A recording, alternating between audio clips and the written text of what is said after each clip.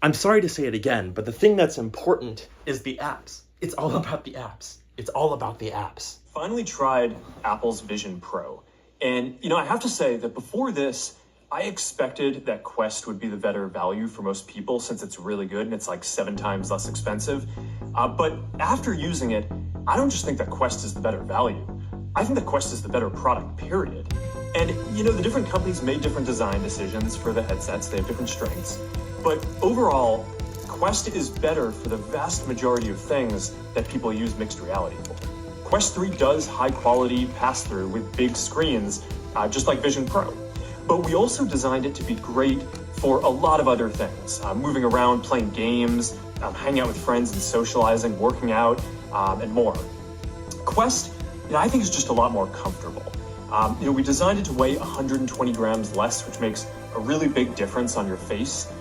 There's no wires that get in the way when you move around. It's a big deal. Our field of view is wider, and I found our screen to be brighter also. I also noticed that Apple's headset has this motion blur as you move around, which Quest is just a lot crisper. Now, Apple's screen does have a higher resolution, and that's really nice. But I was surprised by how many trade-offs they had to make to the quality of the device and the comfort and ergonomics and other aspects of the display and artifacts in order to get to them. When I look around, it seems like there are a lot of people who just assumed that Vision Pro would be higher quality because it's Apple and it costs $3,000 more. But, honestly, I'm pretty surprised that Quest is so much better for the vast majority of things that people use these headsets for with that price differential. Now, look, I know that, some fanboys get upset whenever anyone dares to question if Apple's going to be the leader in a new category. But the reality is that every generation of computing has an open and a closed model. And yeah, in mobile, Apple's closed model won. But it's not always that way. If you go back to the PC era, Microsoft's open model was the winner. And in this next generation, Meta is going to be the open model. And I really want to make sure that the open model wins out again. So there's this clip that's been going around that features Zuck comparing the Meta Quest 3 to Apple Vision Pro. I just wanted to sit here and meditate on that a little bit. He posted that clip and it was broadly divided into kind of 2 segments that I can think of. One segment where he talks about why he thinks that Meta Quest 3 is a better product than Apple Vision Pro. And another section where he talks about kind of his market philosophy and the historical perspective of the headset and where it falls with other computing platforms. Now, when he talked about the feature set and the Meta Quest 3 as a product, he talked about feature parity and price and their approach through social and whether it was comfortable and whether mixed reality was possible on the device. Whereas the historical perspective talked about the open versus closed ecosystems that have always existed in kind of the major eras of computing in terms of personal computing. But this isn't the first time that Zuck has actually talked about the Vision Pro, so I wanted to trace a through line from Zuck's initial reactions to the Vision Pro announcement all the way through until today's post, starting with his assertion that Meta Quest is a better product. It seems like you all, based on my demos, still kind of primarily think of it as a gaming device. Is that fair? That the main use cases for Quest 3 are going to be, and these kind of gaming meets social. So you've got Roblox now. Yeah. So I think social is actually the first thing, which Really? is interesting. I mean, because Quest used to be primarily gaming, Mm-hmm. and now if you look at what experiences are people spending the most time in, it's actually just different social metaverse type experiences. So I think this is a new computing platform overall. Computing platforms tend to be good for 3 major things: gaming, social and communication, and productivity. And I'm pretty sure we can nail the social one. If we can find the right partners on productivity, and if we can support the gaming ecosystem, then I think that we can help this become a big thing. So, I mean, entertainment, social, gaming, still the primary things. Productivity, I think, still needs some time to develop. So Zuck nails down 3 things that he thinks major computing platforms are good for: gaming, social and communication, and productivity. He goes on to say that he's going to take the approach through, guess what, the social side of things. Big surprise coming from the guy that invented Facebook, right? And if you trace the history of the Meta Quest 3 back to its roots as at Oculus, it makes a lot of sense. it started out as a gaming device and then became something that Facebook wanted to develop. And then Zuckerberg decided that he was going to kind of take that gaming core and turn it into what he called the metaverse and turn that gaming experience into a social one. This is something that people have talked a lot about, the Apple Vision Pro, is that it's actually very isolating. And that even with most VR headsets, if there's not an inherent social connection to someone else that has a headset on, that it's relatively isolating. And so it's interesting that he takes this approach in this category. Now, I think it's also interesting because in that video, he was very willing to say that the Quest failed at being a productivity device. He didn't say it outright, but he basically said, well, we're doing these things from the gaming side and from the social side of things, where the resolution of the displays doesn't need to be as high. You don't need to be able to read text. You don't need to be able to have really fine motor control for most of the things because you can develop these other input models, right? And that, as we've talked about in the past, that this sort of superhuman interface is not as natural in those contexts because you are so immersed in a single activity. That's not it though. He compares those two and he cedes the ground to the Apple Vision Pro in productivity in this case because he says that it requires those displays. He doesn't mention that in the video that he posted yesterday or today, right? Which I think is probably the most interesting part.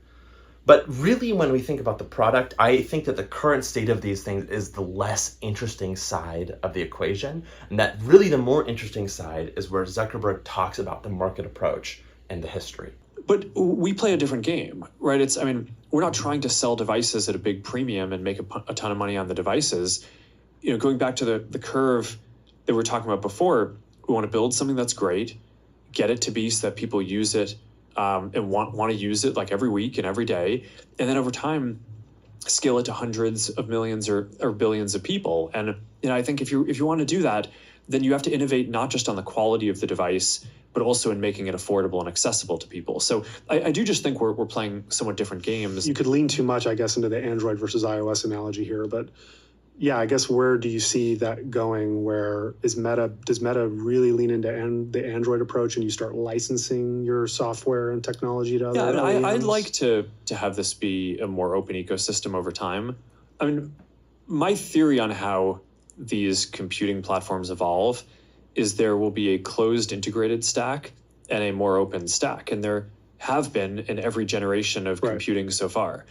The thing that's actually not clear is which one will end up being the more successful, right? I think we're kind of coming off of the mobile one now, where Apple has truly been the dominant company, right? Even though there are technically more Android phones, there's way more economic activity, and the center of gravity for all this stuff is clearly on iPhones.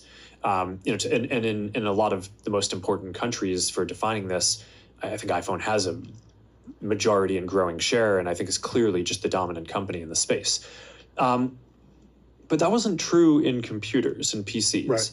Microsoft. So our approach here is to focus on making it as affordable as possible. We want to be the open ecosystem, and we want the open ecosystem to win. Yeah. Right. So I think it is possible that this will be more like PCs than it was than like mobile. I think that this is the more interesting question because it speaks to the broad approaches each company is taking into the market, right? Zuckerberg notes the open stack versus the closed stack kind of idea, that he wants the open stack to win over the closed stack, which is what happened with Microsoft. But that, Apple had won with the closed stack with mobile phones, right?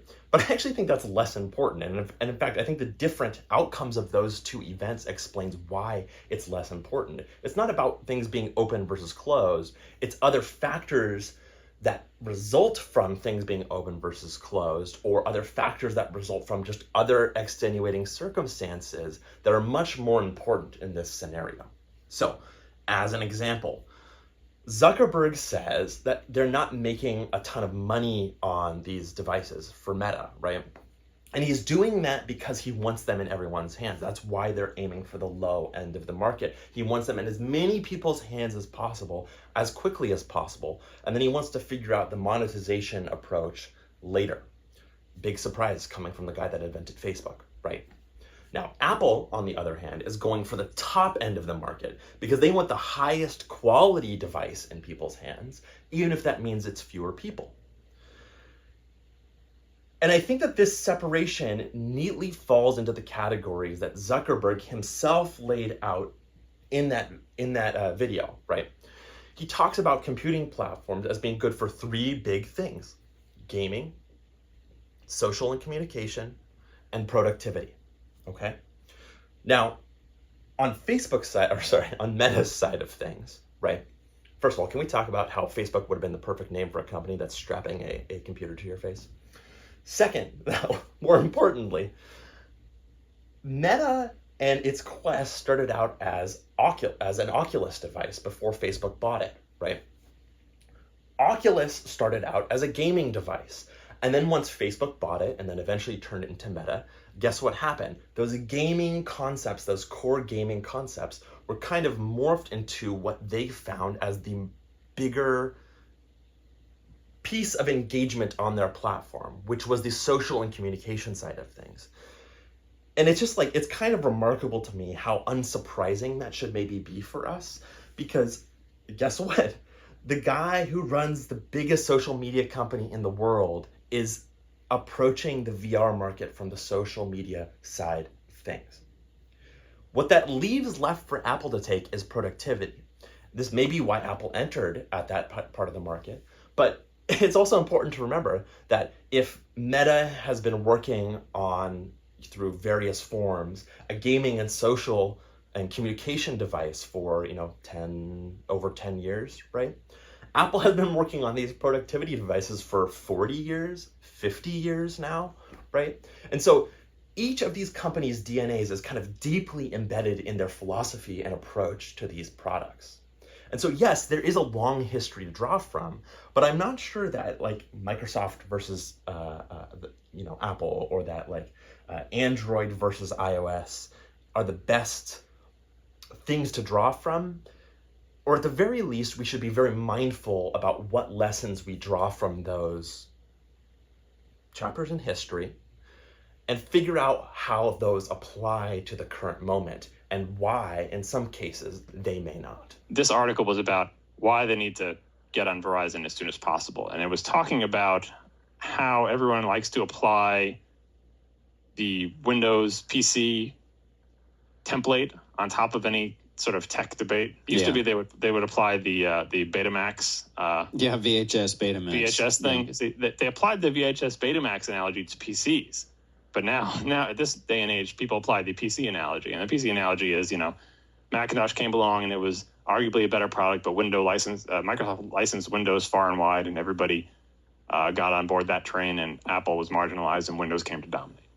And so that's the template that they try to shoehorn every single thing into it. And right. If you were to update that analogy, it fits pretty well. You can say, today Google is Microsoft. They're licensing their operating system far and wide. Android is their Windows, right? So you use an operating system that everybody can have. They sell it to hard drive. They give it away actually to hardware makers, and iOS is the Macintosh operating system. And Apple is Apple in both analogies, which I think is interesting. It's like the one player that has not changed in 2 generations of tech battles. And the whole article talks about why there's a difference, why this template doesn't really hold. So let's take Zuck at his word and his interest in the idea of an open ecosystem versus a closed ecosystem, right? The best comparison here, in my opinion, is the Apple versus Microsoft kind of like ongoing battle from before the turn of the millennium. Now, Apple, with no questions asked, lost to Microsoft there. The Mac lost to Windows, flat out. Macs lost to PCs, no questions. Why was that the case, right? Now, Siracusa talks about this, and his suggestion is that it was a hardware thing. That basically Microsoft was selling a software product, and they got these PC manufacturers, to commoditize the hardware for these PCs. And so the margins that Microsoft got to command from selling a software product, well, guess what? Software products always get more margin than a hardware product. And so by those two things, that number one, PCs were commoditized, and two, that software margins always win, Apple had to have this very narrow band of products that they released, right? They could only release things kind of that towed the line between the high end and low ends of the market because they were developing their own software and were not selling it to anyone else.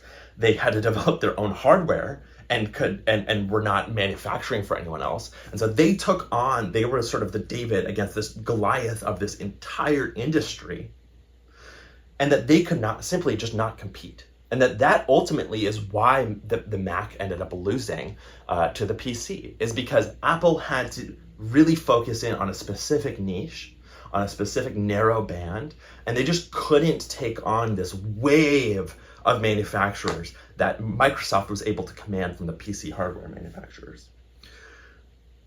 Now, what that also meant was that price was a huge fallout, right? If PCs became commoditized, then PCs weren't just cheaper than Macs by a couple of dollars here and there. They ended up being cheaper by hundreds and thousands of dollars.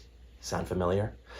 And basically, because Apple made their profits on hardware sales, they had no way to push back against Microsoft when that was the case. So Microsoft won because they were a software company at their heart, and they did not have to compete in the hardware space. They forced other people to, compete for these slimmer and slimmer margins, and then eventually just pushed out Apple by sheer force of will because everyone else was buying a good enough product in PCs, and there was just not enough space for the Mac to grow. So what about the iPhone? Now, I've talked about this a lot in the past.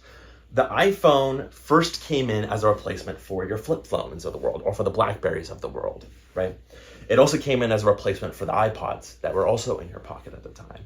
So at the beginning, the iPhone was a killer app in itself, phone and music player combined into one sleek device. Remember, the iPhone didn't even launch the App Store until about a year after its release. So really, the kind of like software ecosystem had no reason to have an influence over the early days of iPhone sales. And people still bought it. It was a product that people lusted over. It was a product that people wanted to buy, and often were limited by the carriers that it was available on. And now early on, Syracuse, this was what the point he was trying to make. The carriers were actually the issue in that scenario, that you had to be where the customers were, and that people's habits about buying phones were dictated primarily by the distribution that the carriers gave. But I don't think that's why Apple really won. And in fact, just earlier this year, in I think January, there was a report that for the first time, Apple is the biggest smartphone manufacturer in the world. They finally beat out Samsung. And so I think it's basically okay to say that Apple won the smartphone market if the conventional wisdom wasn't enough to convince you. So why is that the case? Well, I think the initial idea of the iPhone as an inherently killer app in itself is a big reason for that. But I also think that the thing that made the iPhone was its apps. And that's what I mean. I don't mean to harp on it. I've said it, I don't even know in how many of these videos. I go to it over and over and over again. But the apps are the thing that I think we've just entered the era where the apps are the most important thing. I think that's especially true in mixed reality or in spatial computing, where the device eventually is supposed to recede into the background, and that the apps are the only things that really you're looking at any given moment in time. The apps, and in some cases, the real world or a virtual environment, right? And the developer ecosystem around the iPhone has just always been more vibrant than the developer ecosystem around the Android ecosystem, right? And so I'm willing to pin Apple's success in the smartphone space to their ability to court these high quality developers, including early on people like Facebook, people like YouTube. That these are the things that made the iPhone the iPhone. So I think the question turns to what will define the success for VR as a platform, right? As a computing platform. And maybe more importantly for this video, is Meta's approach or Apple's approach more likely to be successful? There's always 100 variables that might kind of like determine these different things. But when we look at each of these two companies, I think that there's a couple of things that you could make an argument for one way or the other. Now, on Meta's side, you could say, well, Meta's going to win because they already have this sort of developer ecosystem, and this is something that Zuck says, that they have these immersive experiences that are just a deeper catalog than Apple's right now. Maybe that's true. And maybe because that's the case, and because the Meta Quest is a more accessible device, developers will be drawn to the scale that the Quest represents. I think that that's a totally fair idea. On the flip side, Apple has the advantage of having a deep and vibrant developer community still that has a history of using the technologies for Apple devices to develop great apps for those platforms. And so I don't know which one wins out. And I'm sorry that I don't have a clean answer here. If I did, then maybe you'd have to, take it with a grain of salt, or at least second guess my ideas. But the important thing is the apps. And the question is, and the thing I think that you and I should both look out for, is which platform ends up courting more of these high quality developers.